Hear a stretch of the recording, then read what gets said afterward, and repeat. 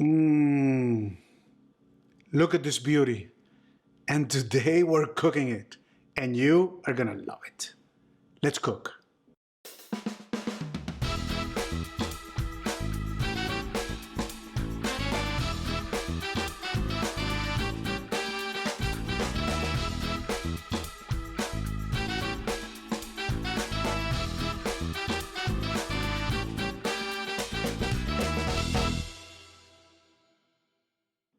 I love steak, but cooking it can be intimidating sometimes, especially when you have an expensive piece like the one that I just showed you. But if you follow some basic principles, you'll have amazing results every time.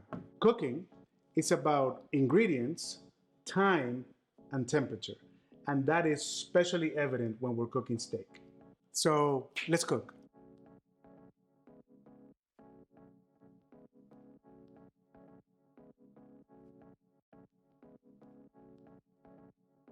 First, you need a great steak. There are different grades in the US, but you're gonna be concerned mostly with choice and prime. This one, it's prime, baby. And it also happens to be Angus, which is not a grade, but a breed. And what makes Angus and prime both so special is the marbling. Do you see? This is called intramuscular fat. Do you see the fat inside the muscle? And that small fibers of fat is what makes this steak so special. And the ones with the most marbling are selected for prime, which is probably 3% of all cows in the US. Let's talk about time and temperature. Well, how long do you cook something like this? Well, if you're like me, I like medium rare. My wife, Joanna, likes medium. So 3 to 4 minutes on each side will probably do that on something like this, which is like 2 inches thick, right? But use a timer. You'll get used to the timing of your doneness.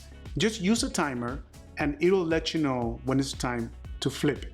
We're gonna use our next handy dandy tool, right? Besides the timer, you need one of these.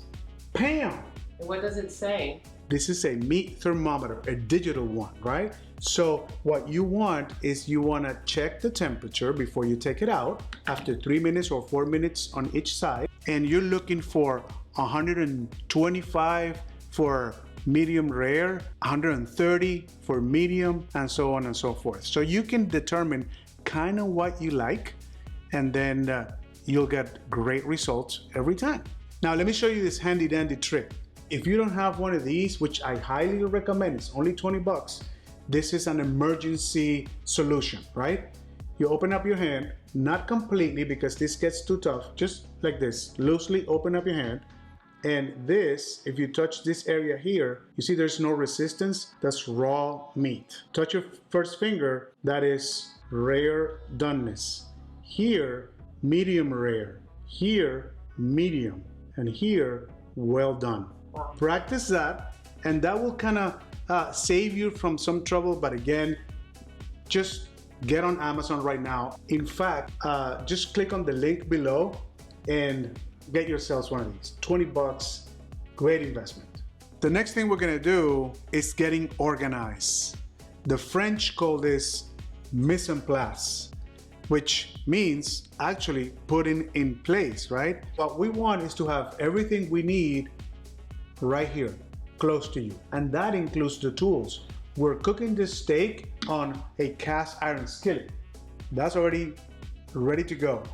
I'm gonna turn it with these tongs right here. I'm gonna baste it with this spoon right here. What am I basting it with? Butter, garlic, thyme, salt, pepper. It's all here. Now, we're gonna eat this thing with some spinach. These are triple washed spinach. Isn't that awesome? You don't have to really work that hard, right? So what do we need for that?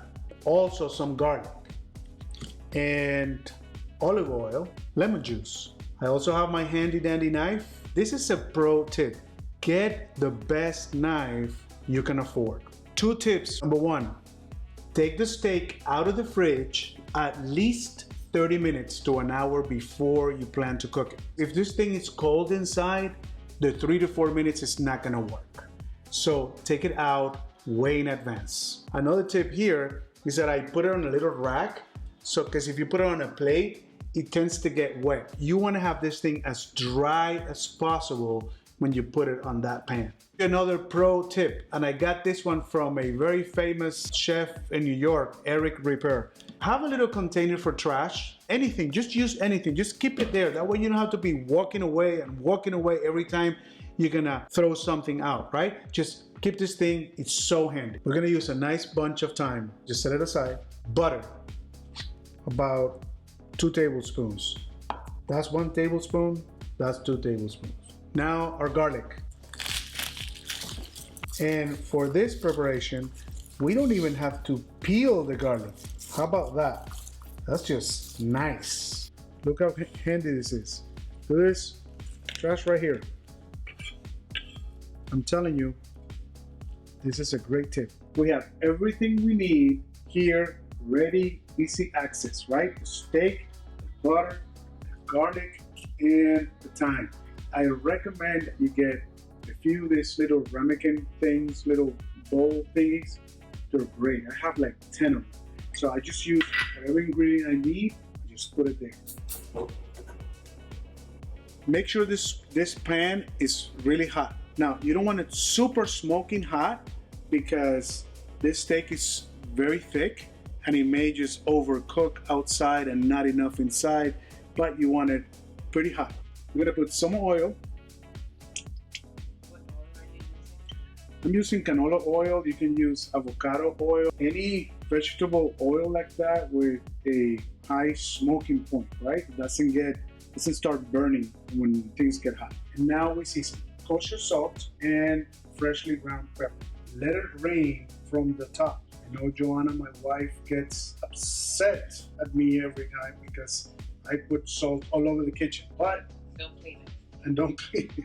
But if you don't do this, see, you're not gonna get all the sides of the meat. You might be thinking, Gus, what the hell? That's too much salt. Well, have you seen how thick this thing is? You're just not salting the outside, you are also salting the inside. So you need a lot more than you think. Can you take a shot there? You see how that's smoking already? That pan is smoking and it's smoking hot. In fact, I may want to turn the heat down a little bit. You salt the sides. I do. I salt the sides. On something like this, yes, it's so thick, I'm gonna pick up whatever's left on the board with the sides. Now we do pepper. It's this handy dandy thing. It's automatic. Putting pepper on the steak before cooking it is also a source of debate because people say that pepper actually burns when it cooks, but I like the flavor. Picking it up, right, and we're ready to go. You wanna hear that noise? You hear that? You're gonna let it drop away from you because if there's oil here, you do not want to splatter. I have splattered myself so many times.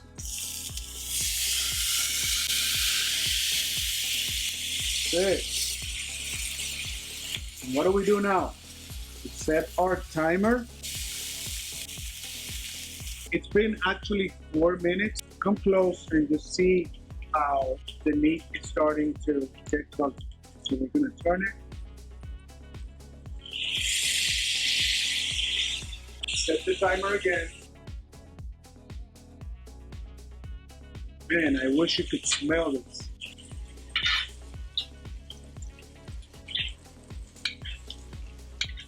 Yummy. That looks delicious, doesn't it? Smells delicious. Remember what I told you about touching the meat? See that? There's some dip there. That feels medium rare. Could you ever be a vegetarian then? No, I couldn't be a vegetarian, but I never want to say never. But if it's up to me, I'll never be a vegetarian. Because this is so thick, I'm gonna grab it and cook it on its side. You see how that's not appetizing looking? I'm gonna cook it on its side. Hold it for 30 seconds or a minute, just so the color sear that side a little. See how that's looking better? See that? I'm gonna do this other side now. I kind of taught myself trial and error. I've been doing it for a long time and I've watched videos and I've seen recipes. I just like it. I enjoy it. I like to learn. So you can teach yourself, you know, but you need to practice. If you practice, you're gonna get to a point where you're confident enough. And believe me, your family will love you for it. See here? Yeah. Now look, take a peek inside. See? That's still medium rare, that's right there. You see that? That's very, it's still not springy, that's medium rare. But another thing that you want to remember, another thing you want to remember is that there is some carryover cooking. So after you take this thing out, it will keep on cooking, so the temperature is going to keep on going up. Handy dandy thermometer, you want to see where it's at inside.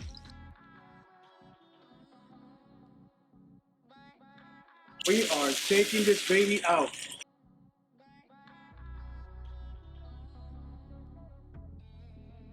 We're gonna let this rest for at least 5 minutes. Meanwhile, while the meat was cooking, I chopped some garlic and we're ready to cook our spinach.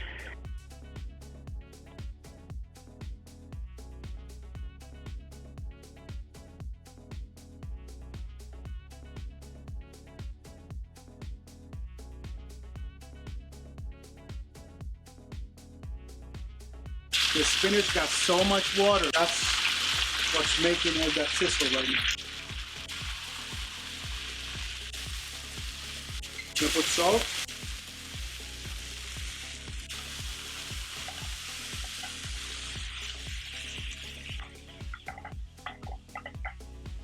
And that's it. Plate.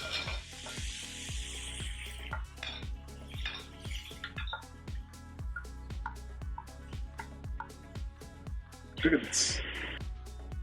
How beautiful. This is a porterhouse, which is a huge T-bone. The T-bone has two sides to it, right? There's the bone, and the smaller side is a tenderloin, which is fillet. And this is the most tender part of the whole animal. But some people say it's less flavorful. But because this is close to the bone, that adds flavor. On this side, we have the New York strip. And again, because the bone is there, it adds flavor as well. What we're gonna do first is just cut around the bone, tenderloin side. And we're gonna do the same thing with our New York strip. You see? Oh my God, this meat there is the tastiest meat there is. Now, you look at that, right? It's nice and red inside. Okay.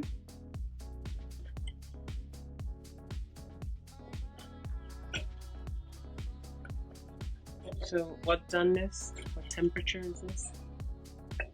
This is medium. Perfect medium. This is medium. Yeah. And just the way you like it. All right, so let's taste this baby.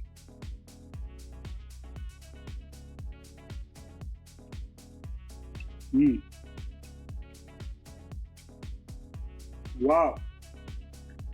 With this part here of the New York that has the fat, oh my God, so good. You know why? Because fat is flavor. Let me give you one.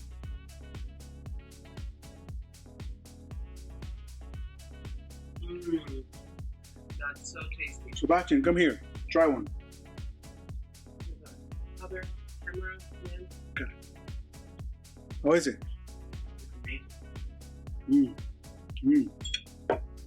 Let's try it.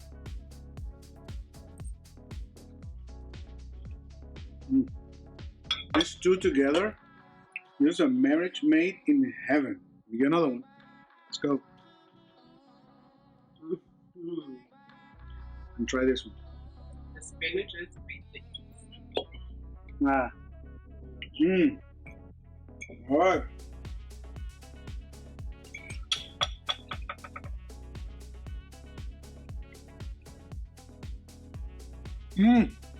I told you I loved it.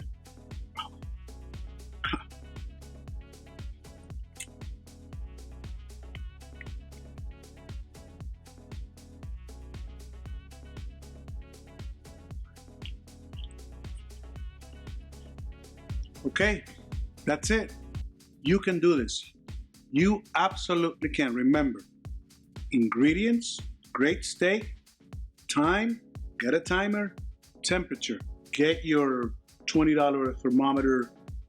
I'm telling you, you are gonna love me for this, and cook it. So, 4 things: subscribe, hit like, share with your friends, and cook it. I want you to cook it. Try it and send me a message. Let me know how it went. You're gonna love it. Your family's gonna love you.